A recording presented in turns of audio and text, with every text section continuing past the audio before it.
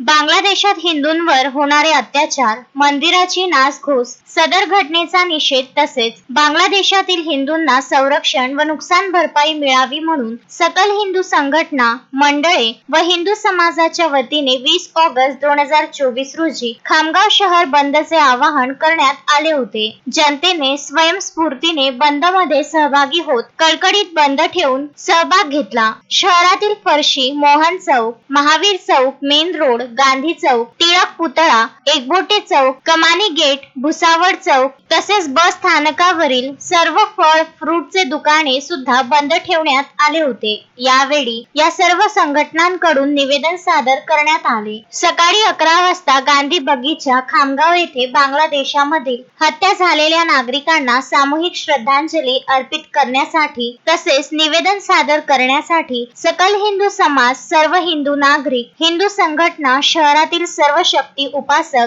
गणपती नवरात्र, जगदंबा मंडळ पदाधिकारी, कार्यकर्ते यांची उपस्थिती होती. मोहम्मद फारूक, विदर्भ न्यूज, खामगाव.